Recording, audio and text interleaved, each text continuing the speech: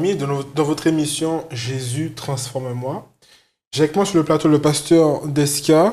Bonjour pasteur Desca, comment vas-tu? Ça va, merci. Et avec moi le pasteur Pierre Dufait. Bonjour pasteur. Bonjour, bonjour chers amis.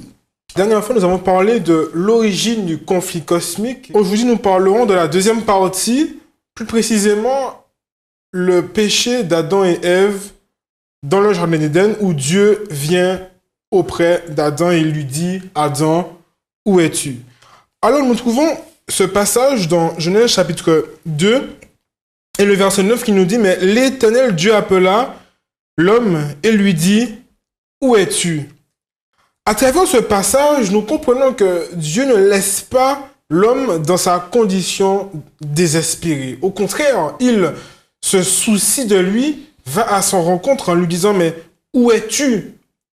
Que puis-je faire pour toi ? Je suis prêt à te relever de ta chute. » Parfois, nous qui avons péché, nous fuyons la présence de Dieu, alors que Dieu est notre ami, notre créateur.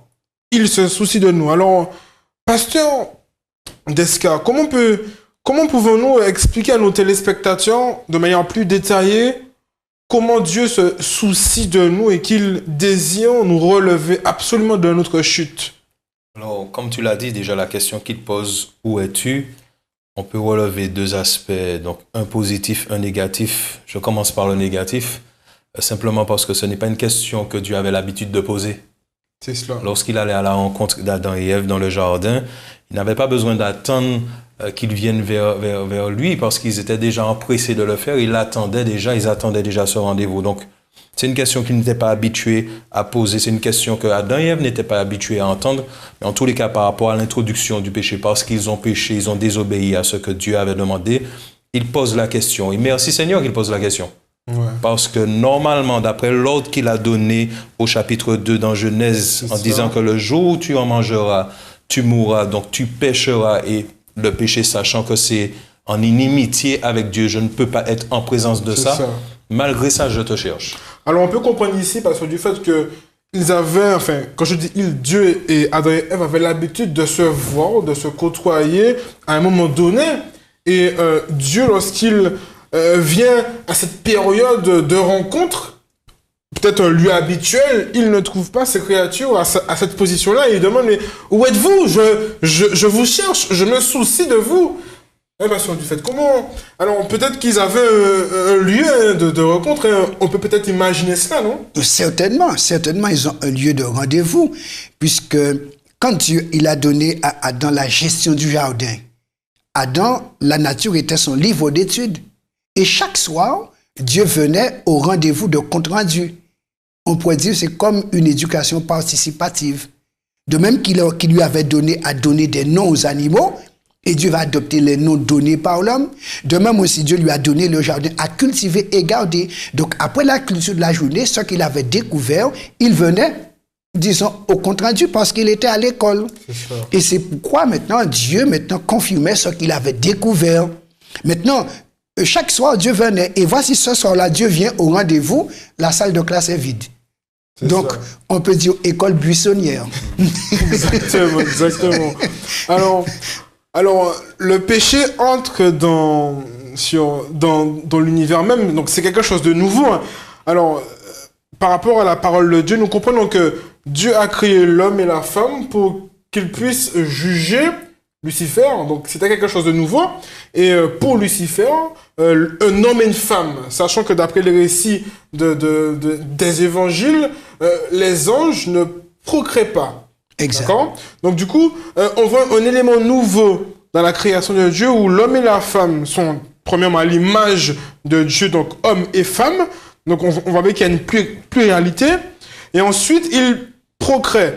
Donc peut-être que Satan a désiré étudier cette nouvelle race, cette nouvelle créature qui devait la juger, d'accord ? Mettre fin à son existence pour ensuite faire échouer ce plan-là, en fait. Alors, quels pourraient être les éléments qu'il pourrait chercher justement pour faire chuter l'homme? C'est sûr que le plan et le projet de Dieu de créer l'homme il restait que dans le conseil de Dieu. Maintenant, Satan a péché. Dieu a quand même créé la planète Terre, puisque son activité créatrice n'est pas déterminée par le péché ou le pécheur, mais par son amour de toujours faire des choses nouvelles. Maintenant, on voit qu'il est là, il est présent, il est dans l'arbre, il a pris la forme du serpent, et on peut imaginer qu'il a pris le temps aussi d'observer. Puisque pour apporter un changement, une modification, une contrefaçon, il faut qu'il prenne le temps de bien comprendre quelque chose qu'il ne connaissait pas auparavant. Donc, c'est vrai que ce n'est pas très explicite dans le récit, mais on comprend dans son attitude et dans beaucoup d'autres choses qui se passent dans la Bible, la manière qu'il approche Jésus, qu'il approche d'autres personnes pour les tenter, qu'il prend le temps d'analyser, de comprendre le fonctionnement pour ensuite apporter quelque chose qui n'a rien à voir avec le fonctionnement du départ. Donc oui, on peut comprendre qu'effectivement, il a pris son temps d'observer, de voir le fonctionnement, de pouvoir vraiment mettre tout ça, calculer ça pour vraiment frapper fort et être sûr de ne pas rater sa cible. C'est vrai. Alors, en lisant les récits bibliques, on a l'impression que les choses se produisent de manière successive. C'est-à-dire qu'ils ont été créés le 6e jour, le 7e jour, bien entendu, ils se sont reposés. Et ensuite, le premier jour de la semaine, ils ont péché. Mais comme tu disais tout à l'heure, cela prend un certain temps pour analyser, pour examiner le comportement de l'un et de l'autre, pour pouvoir mettre en place une tactique, une stratégie pour faire échouer ce plan. Alors, parce que du fait, à peu près combien de temps? Non, nous ne voulons pas donner des dates précises ou bien un nombre de temps précis, mais nous cherchons à analyser de manière détaillée voilà, pour comprendre le contexte du Jardin d'Éden et pour essayer d'en tirer une conclusion, en fait. Effectivement, la Bible nous donne des éléments pour comprendre que la chute de l'homme ne s'est pas produite du jour au lendemain, puisque Dieu a fait un être parfait, donc capable de participer à son projet. Et c'est pourquoi Dieu a donné des directives dès le départ. Tu cultives et tu gardes. Maintenant, Dieu va créer l'épouse pour l'accompagner et l'aider dans ce travail. Mais quand Dieu va créer la femme, il avait déjà dit à Adam, tu ne mangeras pas. Mais la femme n'a pas entendu. C'est son mari qui le lui a rapporté. En effet. Voilà. Et c'est pourquoi le serpent, on comprend bien, tant que les deux sont ensemble, il ne peut pas attaquer. Donc, il va attendre, comme le principe du lion, donc disperser le troupeau pour attaquer le plus faible. Et c'est pourquoi, donc, il va étudier qui est un homme, qui est une femme, comment il fonctionne, pour savoir maintenant sur lequel jouer. Et on dit que deux valent mieux qu'un. Tant qu'ils étaient ensemble, l'ennemi est resté à l'écart. Et il a attendu un moment où ils étaient séparés pour pouvoir maintenant agir, mais sur la partie la plus faible. Pourquoi il n'a pas été trouvé l'homme qui était seul? Et pourquoi?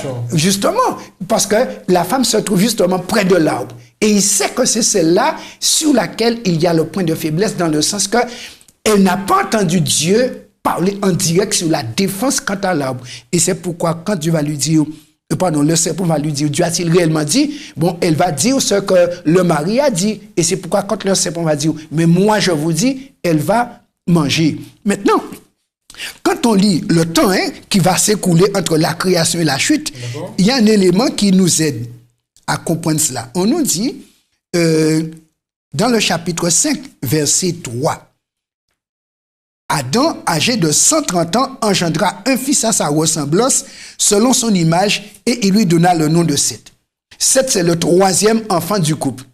Ce qui veut dire, si le troisième enfant naît à 130 ans, ce qui veut dire, les deux premiers, Caïn et Abel, sont nés quelques 20 ans ou 30 ans auparavant, puisqu'ils n'ont pas de sœur encore, ce sont de jeunes hommes. Donc, on peut comprendre qu'il s'est écoulé environ 100 ans entre la création du couple et leur chute. Donc, ça laisse assez de temps à Lucifer, à Satan, d'examiner, de prendre note de chaque comportement, chaque psychologie, de chaque manière de penser pour mettre en place une stratégie pour faire échouer le plan de la rédemption. Quelle forte image, hein, pasteur Descal. Il a pris le temps d'ajuster, il a eu le temps nécessaire d'avoir du recul, comme pasteur Dufait l'a dit, d'analyser chaque comportement, aussi bien peut-être individuellement, mais entre eux, comment ils se comportent, comment ils se parlent, comment ils réagissent par rapport à leurs échanges. Donc, il a pris le recul nécessaire pour être sûr de ne pas rater son coup. Malheureusement, il ne l'a pas raté, mais bon, Dieu est tout-puissant, il a pu vraiment arranger les choses. C'est ce qui compte. Alors, Adam et Ève ont chuté. La parole nous dit au verset 7 du chapitre 3, « Les yeux de l'un et de l'autre s'ouvrirent et ils connurent qu'ils étaient nus. Et ayant cousu des feuilles de figuier, ils s'en firent des ceintures. » Alors, la parole nous déclare, nous révèle qu'ils étaient nus. Alors, de quoi étaient-ils couverts? Alors, parce qu'ils vont découvrir qu'ils étaient nus. La Bible nous dit, l'homme a été créé à l'image de Dieu. Ce qui veut dire, étant innocent, saint, juste et parfait, la lumière de Dieu lui servait de vêtement. On appelle ça vêtement de justice. Il était plongé dans cette gloire. Parce qu'il a été tiré de terre, la terre n'est pas glorieuse, mais ayant mis son image dans la boue, donc il prend aussi non seulement les caractéristiques morales, intellectuelles, spirituelles, affectives et psychiques de Dieu, mais aussi cette gloire maintenant qui va entourer le corps de Dieu, leur servir de vêtements. Et c'est pourquoi quand ils vont sortir de l'harmonie mentale, intellectuelle et spirituelle, affective d'avec Dieu, la Bible dit qu'ils vont être privés de cet élément extérieur pour leur faire comprendre qu'ils sont déjà éloignés à côté de Dieu. La lumière de Dieu qui va avec la justice, la sainteté et la perfection s'est retirée. Et c'est là maintenant qu'ils se découvrent, eh bien, comme la boue, nus. C'est ça. Voilà. Alors, pasteur Descal... Simplement pour apporter une précision, cette nudité est devenue finalement un sujet de honte. Parce que ce qui est intéressant, c'est que dans le chapitre 2, au verset 25, après qu'ils aient été mariés, etc., la Bible nous dit que l'homme quittera son père et sa mère, s'attachera à sa femme et les deux deviendront une seule chair. Au verset 25, il est dit, l'homme et sa femme étaient tous deux nus et ils n'en avaient point honte. C'est ça. Or, un peu plus tard, les yeux de l'un et de l'autre s'ouvrirent, ils connurent qu'ils étaient nus, ayant cousu des feuilles de figuier, ils s'en firent des ceintures. Simplement pour renforcer encore ce que le pasteur Dufait dit, la nudité entre un homme et une femme, il n'y a rien d'honteux. D'ailleurs, ce sont eux qui sont censés se voir nus par rapport à l'alliance et au mariage et tout ce que ça inclut. Mais à partir du moment où l'élément péché s'est introduit et que cette gloire-là, ce vêtement de gloire est parti, la nudité n'a pas été source de honte entre les deux, mais par rapport à Dieu. Parce que là, je suis nu devant Dieu simplement parce que ce qui montrait mon appartenance à Dieu, cette gloire-là dont il m'avait couvert, est parti. Et comment ils vont faire pour essayer de combler? En prenant des feuilles de figuier. Mais on comprend que ce n'est pas suffisant. Alors justement, mais que représentent justement ces feuilles de figuier? Par la suite, comme je le disais, ils sont nus. Ils sont nus devant Dieu. D'ailleurs, ils font les feuilles de figuier, mais ils constatent qu'apparemment, ce n'est pas suffisant, puisqu'ils découvrent le mal et le péché, les conséquences plus ou moins, j'ai envie de dire. Parce que la Bible précise qu'ils vont, en plus de ça, aller se cacher.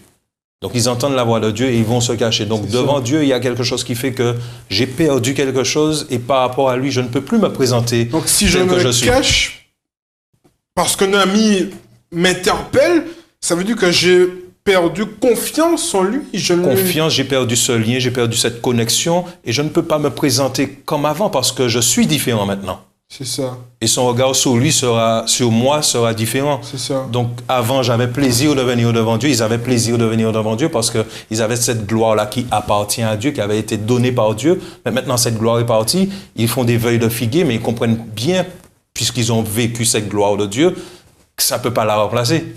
C'est ça. Donc, face à Dieu, oui, j'ai fait cette feuille de figuier pour me présenter devant Dieu, pour essayer de couvrir cette honte, cette nudité, mais je suis quand même obligé de me cacher. C'est vrai. Alors, le verset 10 et 11 nous révèle qu'Adam répond à Dieu, « J'ai entendu ta voix et je me suis caché parce que j'étais nu. » Et Dieu qui répond en disant, « Mais qui t'a appris que tu es nu? » Alors, quel est ce... Pourquoi justement le fait qu'il s'est caché, quelle est cette problématique en fait de cette nudité? Comme j'ai dit, l'homme en harmonie avec Dieu, donc il n'y avait pas de secret entre eux, dans le sens que tout ce que Dieu savait, l'homme l'apprenait aussi. Donc il y avait harmonie, il y avait collaboration. Mais lorsqu'il a péché, la gloire s'en est retirée. Donc Dieu a repris sa gloire pour interpeller Adam sur son statut désormais et sa nature. Et c'est pourquoi, quand il dit j'ai eu peur, donc c'est-à-dire Dieu lui avait parlé en disant le jour où tu mangeras, tu mourras. Donc voyant qu'il est nu, pour lui, en entendant Dieu venir, pour lui, c'est la mort qui vient. C'est ça. C'est pourquoi il dit, je me suis trouvé nu, donc j'ai été me cacher. Il se cachait de Dieu pour fuir la mort. Donc il pensait que Dieu allait lui ôter la vie, en fait. Tout de suite, oui, puisque Dieu avait dit, le jour où tu mangeras, tu mourras. Maintenant qu'il a mangé, donc... Il attendait une mort certaine. Automatiquement. Maintenant, les feuilles de figuier, là, sont symboliques aussi. Réel, concret, mais symbolique. Sur le plan physique, c'est réel, et sur le plan spirituel, c'est symbolique, dans le sens que, maintenant qu'ils sont privés de la gloire de Dieu pour se présenter devant Dieu, ils vont faire une tentative qui n'est qu'humaine et naturelle de se présenter Dieu comme avant, mais ils se rendent compte qu'en fait, une ceinture ne suffit pas pour tout un corps. C'est ça. Et ils ne savent pas comment faire pour tout le corps. Et là même qu'ils ont fait tout un vêtement en feuille de figuier, ça n'a rien à voir avec la lumière de Dieu. Et leur âme, leur esprit étant dérangé par la présence du péché vis-à-vis de Dieu, ils sont mal à l'aise. Donc désormais, aucune tentative humaine ne pourrait lui faire face à Dieu dans sa justice et sa sainteté. C'est ça. Et aujourd'hui encore, mes amis, le linge que nous portons sur nous, c'est encore résultat feuille de figuier. Hein? Et c'est provisoire. Et c'est pourquoi nous travaillons pour avoir du feuille de figuier de temps en temps, puisque c'est provisoire. C'est tentative humaine. Mais le vêtement définitif, seul Dieu peut nous le donner. Alors, Dieu a dit, le jour où tu en mangeras, vous mourrez. Ils en ont mangé, ils ne sont pas morts. Est-ce qu'on peut comprendre qu'ils ont demandé pardon, Dieu leur a fait grâce? La parole de Dieu nous ne révèle pas de manière explicite qu'ils ont demandé pardon. Mais pourtant, comment expliquer le fait qu'ils soient toujours en vie, en fait? Dans la démarche de Dieu, je vois l'amour de Dieu, je vois la miséricorde de Dieu, une forme de pédagogie. Dieu commence à poser des questions. Parce que j'ai presque envie d'utiliser l'exemple de certains parents qui, avant de punir leur enfant ou de leur donner quelques tapes, leur posent certaines questions pour qu'ils puissent vraiment s'assurer que l'enfant a pris conscience du mal qu'il a fait et de la gravité de ce qu'il a fait. Maintenant, il les avait prévenus, comme on l'a dit au départ, ils n'avaient pas encore expérimenté les choses. Cela ne justifie pas leur acte, mais simplement pour dire qu'ils sont en train de découvrir ce qu'est le péché, la gravité du péché, la séparation d'avec Dieu, et c'est quelque chose qui est difficile pour eux à vivre. Maintenant, si Jésus ou Dieu était venu à ce moment-là et simplement frappé, il y aurait eu quelque chose qui n'est pas au clair par rapport au caractère même de Dieu, j'ai envie de dire. Mais Dieu rentre dans une démarche de pédagogie, il pose des questions. Qui t'a dit que tu as? Qui t'a appris que tu es nu? Et il pose des questions, il échange avec eux. Une sorte de confession de la part d'Adam et d'Ève. Pour qu'ils puissent au moins s'assurer qu'ils ont reconnu qu'ils ont fait quelque chose de mal. Mais lorsqu'il dit que le jour où tu en mangeras, tu mourras certainement, tu mourras assurément, c'est vraiment une finalité. Peut-être que Adam l'a compris différemment puisque le péché est entré, il est un petit peu confus, il réfléchit, il est inquiet. Mais c'était pour montrer la finalité. Mais ce que Dieu fait là, c'est cette pédagogie parce que Dieu est amour et qu'il veut sauver. L'essentiel n'était pas simplement de perdre sa créature. Oui, tu as péché, mais je mets en place quelque chose. Mais avant, je veux m'assurer que tu as compris ce qui s'est passé là. C'est cela. Donc je te pose des questions. Je m'assure que tu réalises. Il faut que tu confesses. Alors dans la vie pratique, pour nous qui sommes charnels, vendus au péché, comme nous le déclare Saint Paul, nous chutons et de manière naturelle, tout comme Adam, nous nous cachons. D'accord? Nous ne cherchons pas la prière, ni à lire la parole de Dieu. Et pourtant, Dieu vient à notre rencontre pour faire un état des lieux, pour qu'on puisse comprendre la gravité de ce que nous avons fait. comment peux-tu encourager ceux qui nous regardent et qui passent par des moments difficiles à justement mettre en pratique ces enseignements qu'on retrouve justement dans Genèse chapitre 3 où Dieu cherche une confession de la part de ces enfants qui ont fauté. Alors pour tous nos amis qui nous regardent, j'invite vraiment à apprécier, j'ai envie de dire, l'attitude de Dieu dans ce récit. L'attitude de pédagogie qui vise pas simplement à lui faire prendre conscience pour le pointer du doigt, mais lui faire prendre conscience de son état pour le sauver.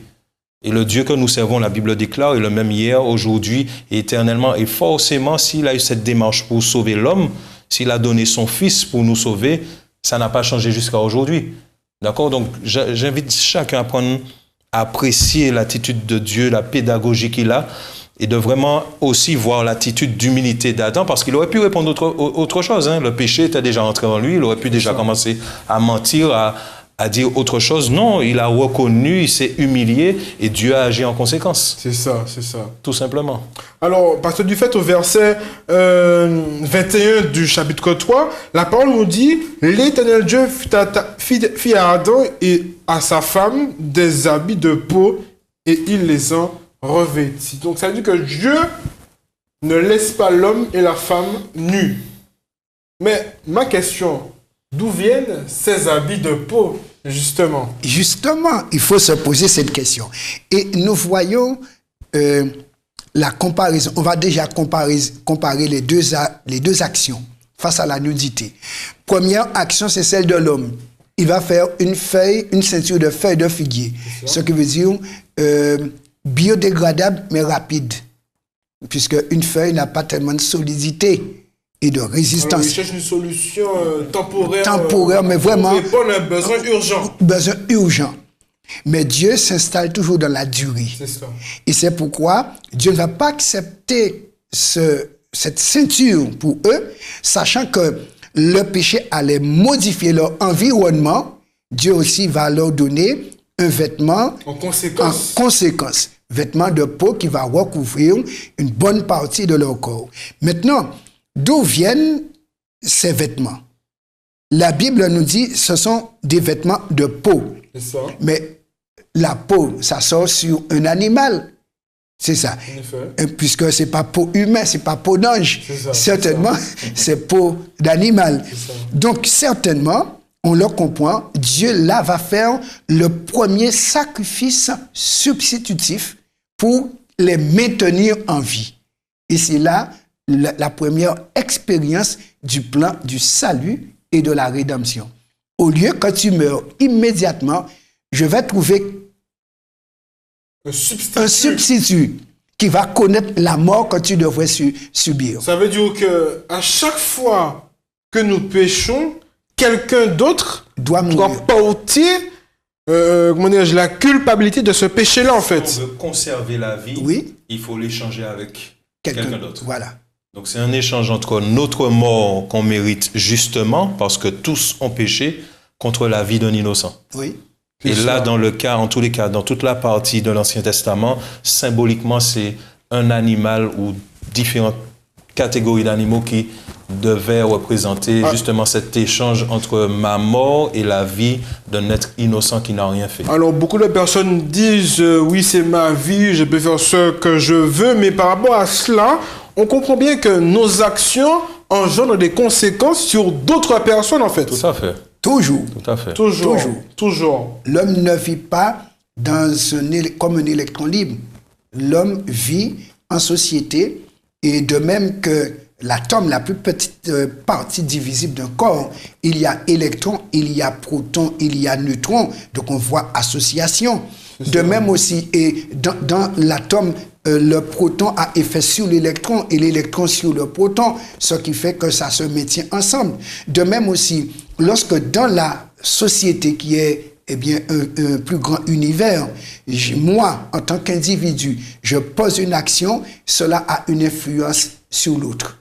Et l'autre aussi qui pose une action, même une parole dite a un effet en bien ou en mal, en construction ou en destruction. Il n'y a pas de neutralité dans le conflit cosmique. Parce que du fait, peut-on dire, depuis la première fois, depuis l'éternité, les anges constatent qu'une créature n'existe plus. C'était la première fois. C'était la première fois lorsqu'ils ont vu ce que c'est que la mort. Jusque-là, c'était un concept. C'est ça. Mais pour cette fois-ci, ils voient les résultats même du péché, en fait. Voilà. Enfin, le début, puisqu'on voit qu'on sommes vraiment au début du conflit cosmique. Voilà, on va voir la mort en direct. Donc Adam aussi va voir la mort. Et c'est là qu'il va comprendre quel est son sort final. Ce qu'il y a de profond et de grave, c'est que cette réalité de ce concept de la mort est liée directement au Fils de Dieu. C'est-à-dire celui qui doit mourir là, c'est Jésus, donc Dieu lui-même. C'est ça. Pour permettre à l'homme de vivre.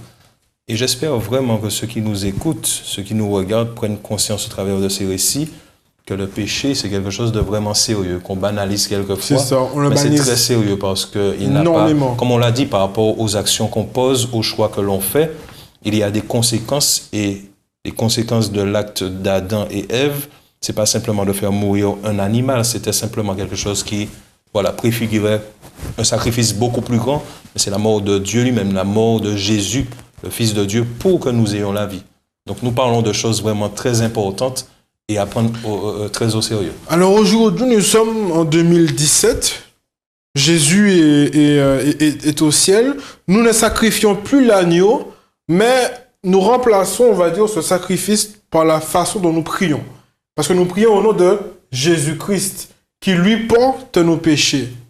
Alors, la parole nous déclare dans le Nouveau Testament que lorsque nous péchons de nouveau, nous crucifions encore une fois le Fils de Dieu. Nous voyons encore que nos péchés ont des conséquences autour de nous, mais de manière directe et personnelle sur Jésus-Christ. Alors, parce que tu fais quel commentaire que tu peux faire sur ce passage? Effectivement, c'est pourquoi l'apôtre Paul va le dire dans l'épître aux Hébreux. C'est là où il dit que celui, on va le lire, Hébreux chapitre 10, verset 26. Hébreux 10, le verset 26. 26, voilà. Et on ira jusqu'au verset 29. D'accord. Voilà. Il dit, car si nous péchons volontairement après avoir reçu la connaissance de la vérité, il ne reste plus de sacrifice pour les péchés, mais une attente terrible du jugement et l'ardeur d'un feu qui dévorera les rebelles. Celui qui a violé la loi de Moïse meurt sans miséricorde sur la déposition de 2 ou de 3 témoins. De quel pire châtiment pensez-vous que sera jugé digne celui qui aura foulé aux pieds le Fils de Dieu, qui aura tenu pour profane le sang de l'alliance par lequel il a été sanctifié et qui aura outragé l'esprit de la grâce. Et c'est là où l'apôtre dit, le péché, effectivement, retombe sur Jésus. C'est ça. Il est, même maintenant que Jésus est déjà mort, il est à la droite de Dieu, mais par mon péché, je le fous la terre encore. Quelqu'un doit payer. Voilà. Ce que je fais. Alors c'est pourquoi quand moi je me repens, je confesse mes péchés, Jésus fait propitiation. Ce qui veut dire, il accepte d'endosser ce péché. Par contre, quand moi je vis à l'encontre de sa propitiation, il a dit, je le fous la terre, je marche sur son sang. Et c'est pourquoi je vais payer et ma mort et la mort de Jésus dans le feu éternel. D'accord. Ah oui, je vais payer ma mort puisque je ne suis pas sauvé. Mais je vais payer pour avoir causé la mort du Fils de Dieu inutilement. Ça. Et c'est pourquoi on dit, de quel pire châtiment pensez-vous que sera jugé digne celui-ci? Donc il y a un premier châtiment, mais c'est augmenté lorsque on a fait le péché volontairement maintenant. Ce qui veut dire on a connu ce que Jésus a subi, on n'en a pas tenu compte pour cesser de pécher. C'est là, vrai. Donc là, on n'a pas compris la gravité. La gravité du péché. Donc on va te faire goûter à la gravité des conséquences du péché. Alors, chers téléspectateurs, nous voilà dans le thème du conflit cosmique où nous essayons de comprendre un petit peu ce qui s'est passé dans le jardin d'Éden. Et nous voulons vous donner également la parole pour pouvoir poser des questions. Alors, si vous souhaitez le faire, vous pouvez le faire en nous envoyant un mail à espérance-tv@outlook.fr. Je reprends, espérance-tv@outlook.fr. Alors, pasteur Desca, au chapitre 4, nous voyons que Adam et Ève... oui, je fais ma conclusion. Oui, je commence et après je conclus. Tu vois? Vas-y. Alors, pasteur Desca, nous voyons au chapitre 4 que Adam et Ève enfantent Caïn et Abel. D'accord? Et nous voyons également que Abel et Caïn réalisent leur sacrifice. Parfait. D'accord? Alors, justement, c'est dans cette continuité, justement, dans Genèse chapitre 3, au verset 21, on dit que Adam et Ève ont été revêtus d'habits de peau, et Dieu continue cette pédagogie, d'accord, en enseignant à Adam et Ève, qui, eux, montrent à leurs enfants, justement, que le péché a des conséquences et quelqu'un doit, justement, porter le prix de cette culpabilité-là. Alors, pasteur Dufay, je te remercie justement pour avoir donné des éclaircissements sur ce sujet-là. Et nous verrons à la partie 3 les conséquences du péché avec Caïn et Abel. Chers frères et sœurs, chers amis, je vous souhaite une agréable journée en Jésus-Christ.